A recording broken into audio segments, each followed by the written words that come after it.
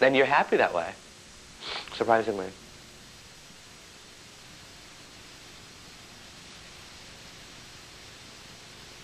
To some people, maybe it hasn't been a long time since the whole thing had happened, but for me, it seems like it's been forever. And the remorse for me was up until the time that I admitted it. That was when I was like, and then when I admitted it, it seemed like I unloaded it. And that's a defense mechanism that I have. As soon as I tell someone else, sort of like I give it to them now, and now it's your problem. Now you do something with it. And that's how I felt after, and especially when I told Jenny and Gitsi and Kyoki and my friends, and they shared the burden with me.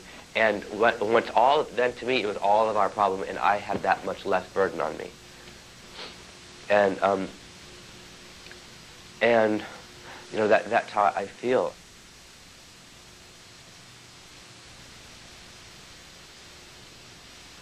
I would go to Europe for a while. Why? Because I want to go somewhere where nobody knows me, where I can enjoy some leisure time, and maybe going out where I don't have to worry about everybody knowing me, and just sort of enjoy myself.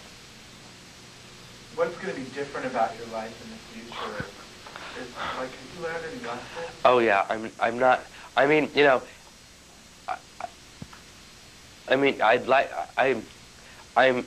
unless something beyond my control, like myself, unless something beyond my control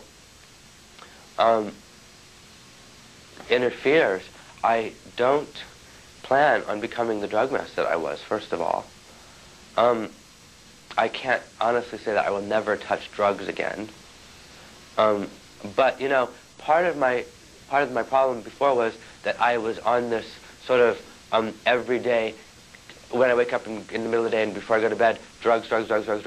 And so it was hard the next day just to go from that to nothing. But now that I'm already on nothing, I think it will be very easier to maintain that sort of nothing, and then on the occasion do a line of cocaine or something, because it's not like a line of cocaine turns to me into a party of 5 days nonstop, freebasing.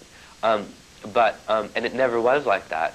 It happened gradually over, and it was a very gradual thing over 12 years, and I have lots of grounders now, so, And I'm learning, I'm trying to learn to ground myself. I mean, although, I guess it's that self-loathing thing. I feel like I have no reason to ground myself, unless somebody else wants me grounded. If I'm going to be alone, I figure I might as well just be high and not because I crave this people around me, and if I'm going to be alone, then I might as well just be high and vegetate, until somebody comes along and says they want to be around me,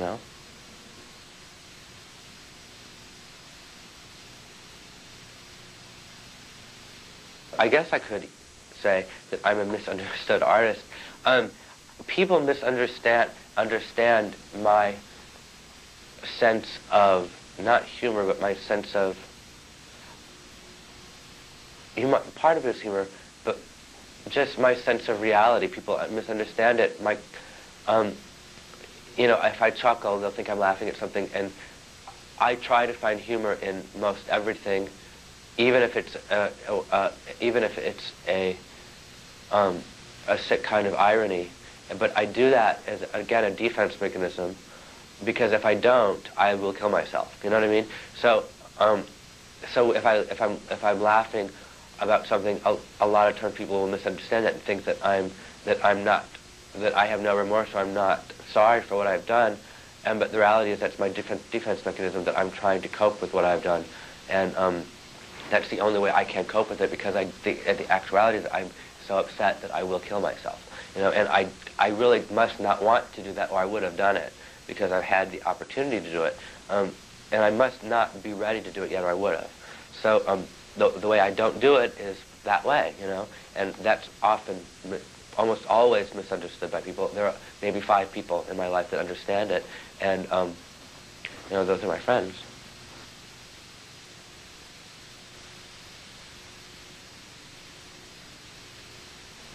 I've never really thought about it. Leonardo DiCaprio playing me.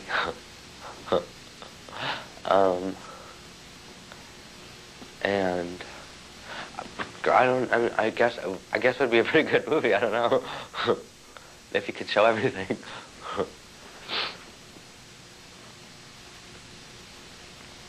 I don't think there's ever been a movie like that. I think it would appeal to a very small group of people.